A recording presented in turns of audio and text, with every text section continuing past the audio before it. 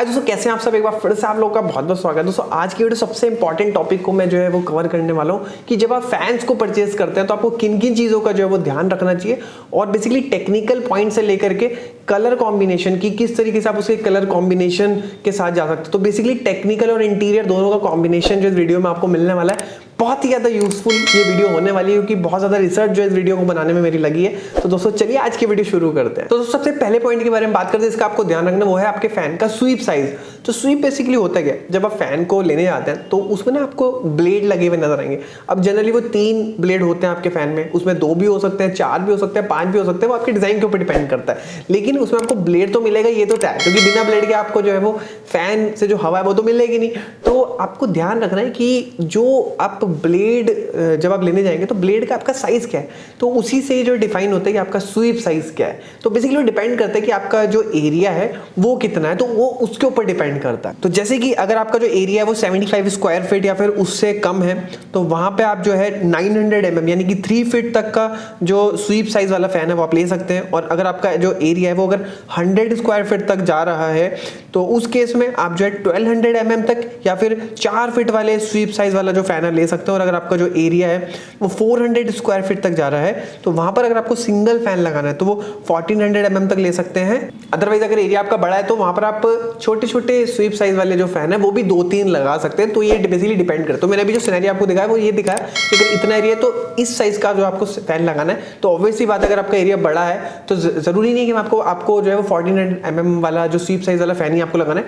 वहां पर आप जो है जो 1200 mm यानी कि आपका जो 4 फीट वाला जो आपका फैन है वो भी आप जो 2 फैन लगा सकते हैं। तो वो इस तरीके से आप जो है कर सकते हैं। फिर जो सेकंड पॉइंट जिसका कि आपको ध्यान रखना है वो है आपके फैन का वॉट। तो वॉट का मतलब ये WH80 वाला वॉट नहीं, ये है WATT वाला वॉट।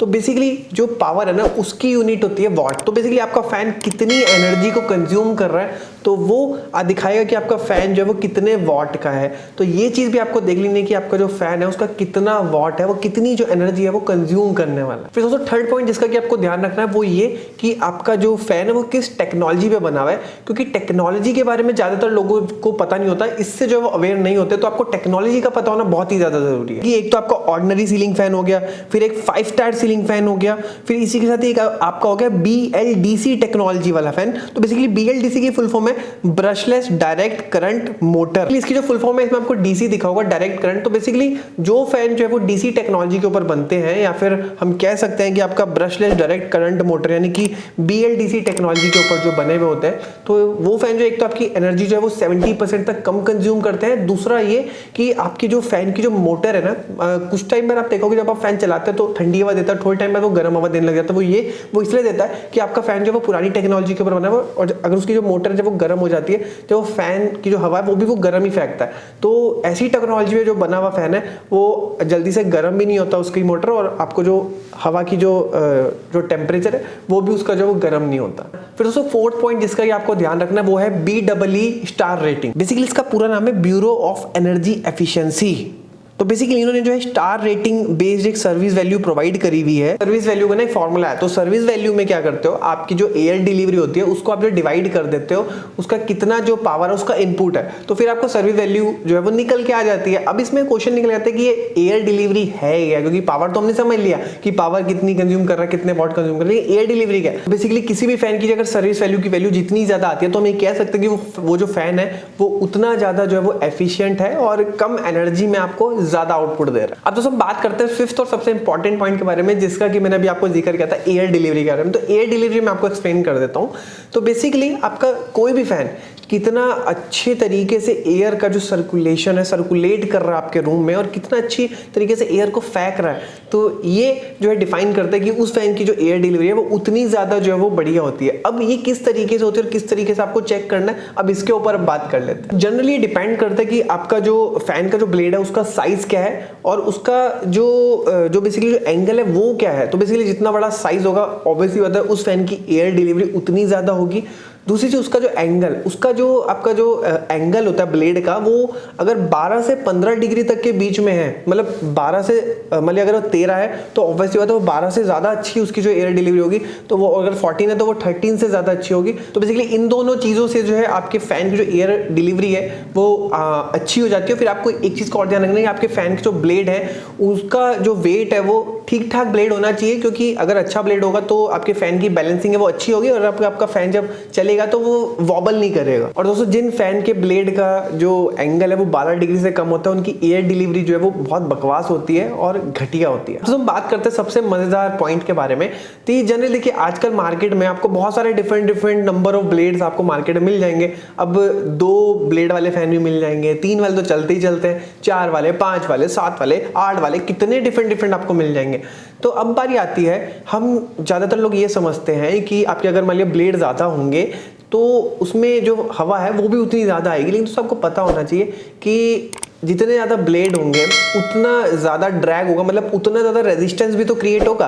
तो अब ये कह सकते हैं कि ऑब्वियसली बात है कि फैन का जो ब्लेड बढ़ेगा तो उतना रेजिस्टेंस भी बढ़ेगा। तो ये कहना गलत होगा कि अगर आपके फैन के ब्लेड अगर बढ़ेंगे तो आपकी उतनी हवा भी बढ़ेगी, क्योंकि 3 फैन वाला जो ब्लेड है वो सबसे ज़्यादा एफिशिएंट रहता है। तो इसलिए जो विंड टर्बाइंस होती है ना उसमें आपने देखा होगा कि आपको 3 ब्लेड ही उसमें मिलेंगे, क्योंकि 3 ब्लेड जो है वो सबसे ज़्यादा एफिशिएंट तरीके से काम करते हैं। अब इसका मतलब ये नहीं है कि आपको 3 ब्लेड वाला ही यूज़ करना है, आप अपने आर्किटेक्चर और लुक्स और इंटीरियर्स के हिसाब से डिफरेंट आपके नंबर ऑफ ब्लेड वाले फैन भी यूज कर सकते हैं। और दोस्तों इसी के साथ ही जो आपका 4 ब्लेड और जो 5 ब्लेड वाला जो आपका फैन होता है वो काफी ज्यादा क्वाइट होता है, मतलब उसमें से आवाज जो है वो ऑलमोस्ट काफी कम रहती है अगर हम कंपेयर करें उसकी 3 ब्लेड वाले फैन से। तो और इसी के साथ ही आपको देखना है एस्थेटिकली आप किस लुक के साथ जाना चाह रहे हैं, आपका लुक्स भी मैटर करता है। तो इन सब पॉइंट्स को आपको कंसीडर करके आपको जो है वो आपका एक ये आपको, तो बेसिकली इन सब पॉइंट्स का आपको जो है वो ध्यान रखते हुए जो है आपको डिसाइड करना है कि आप कितने नंबर्स ऑफ ब्लेड जो है आपके फैन में होने चाहिए। फिर हम बात करते हैं 6th पॉइंट के बारे में, जिसका नाम है आरपीएम। अब आरपीएम का पूरा नाम है राउंड पर मिनट। तो बेसिकली ऑब्वियसली आपके जो फैन का जितना ज्यादा आरपीएम होगा उतना ज्यादा जो है वो बढ़िया हवा को फेंकेगा। अब दोस्तों इसमें ना आपको एक चीज का और भी ध्यान रखना है, अगर फॉर एग्जांपल ब्रांड ए है और ब्रांड बी है और ब्रांड ए का जो आरपीएम वो ब्रांड बी से ज्यादा है, तो इसका मतलब ये नहीं है बिल्कुल भी कि ब्रांड ए की जो एयर जो वो आपकी एयर डिलीवरी कर रहा है वो आपकी ब्रांड बी से ज्यादा होगी। समटाइम्स आपके कम आरपीएम वाले जो फैन होते हैं वो भी जो है काफी अच्छी जो एयर डिलीवरी उनकी रहती है, अच्छी तरीके से जो है वो फैन की एयर डिलीवरी करते हैं। अब आप कहेंगे कि ये कैसे हो सकता है, अगर मान लिया किसी फैन का आरपीएम अगर ज्यादा है तो ऑब्वियसली होता है हवा जो है उसी को ज्यादा फेंकनी चाहिए, लेकिन तो ऐसा नहीं है।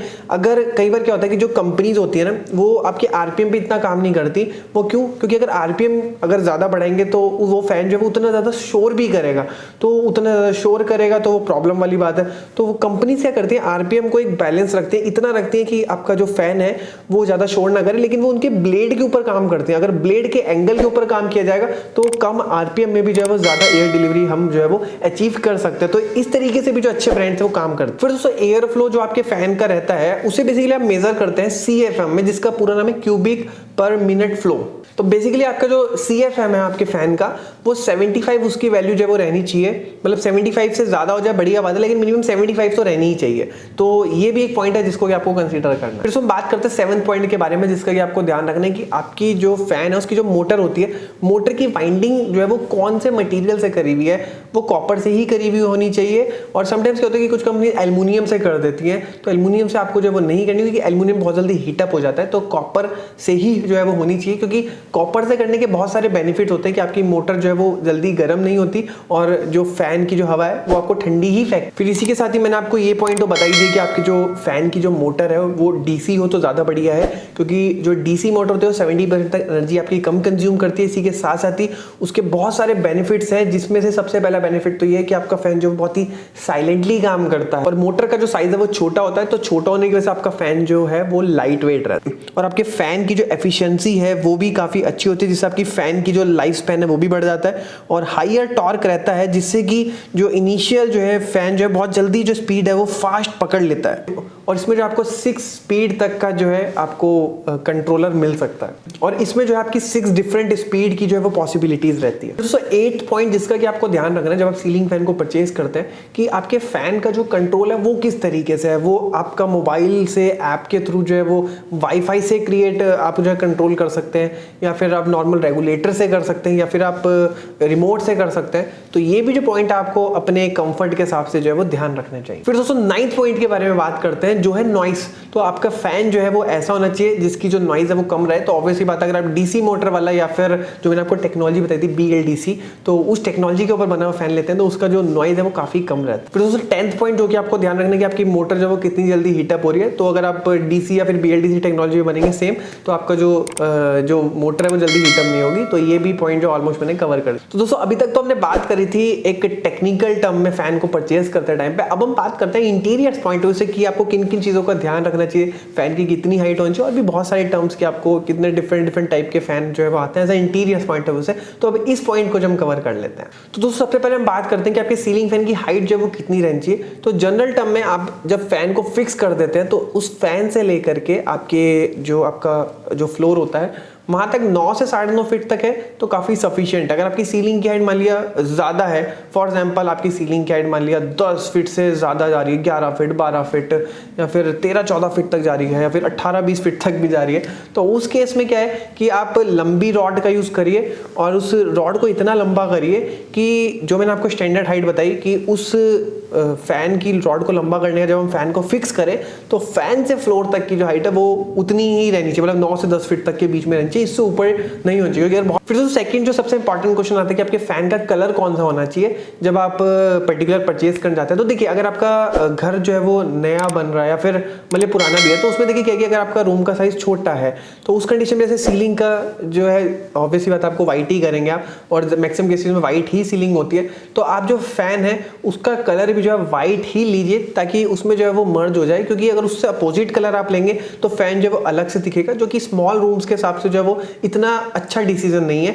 और अगर आपका रूम का साइज बड़ा है तो वहां पर आप जो है आप पर्टिकुलर किसी भी चीज से, आपके बेड से या फिर किसी वटेवर किसी से आप मैचिंग करता हुआ आप ले सकते हैं, मतलब वहां पे आप व्हाइट के अलावा अदर ऑप्शन के साथ जा सकते हैं मैचिंग करते हुए। लेकिन अगर छोटा साइज है तो सीलिंग को व्हाइट कर दीजिए, वहां पर आप व्हाइट कलर का ही फैन का यूज करिए। नेक्स्ट क्वेश्चन निकलता है कि कितने ब्लेड वाला फैन ले। तो ये मैंने आपको बता दिया कि एफिशिएंसी जो है वो आपके 3 ब्लेड वाले फैन की ज्यादा रहती है, लेकिन अगर आपको डिफरेंट शेप में जाना है किसी भी, तो वो आप अपने लुक्स के हिसाब से, आपका इंटीरियर किस तरीके से है तो वहां पर आप उसके हिसाब से आप जा सकते हैं। अगर आपका एंटीक टाइप का आपका एक थीम लेकर के चल रहे हैं तो वहां पर जो है ऑब्वियसली बात है आप ज्यादा ब्लेड वाले फैन का भी आप यूज कर सकते हैं। और अगर आप मॉडर्न थीम में जा रहे हैं तो वहां पर आप 2 ब्लेड वाले फैन के साथ भी जा सकते हैं, या फिर 3 ब्लेड वाले के साथ भी जा सकते हैं, जो कि काफी स्लीक लुक में जो है आपको मिलते हैं। जब आप मार्केट में आप फैन को परचेज करने जाएंगे ना, काफी डिफरेंट टाइप के स्टाइल में आपको मिलेंगे, डिफरेंट फिनिश में मिलेंगे। एक आपका एंटीक सीलिंग फैन हो गए,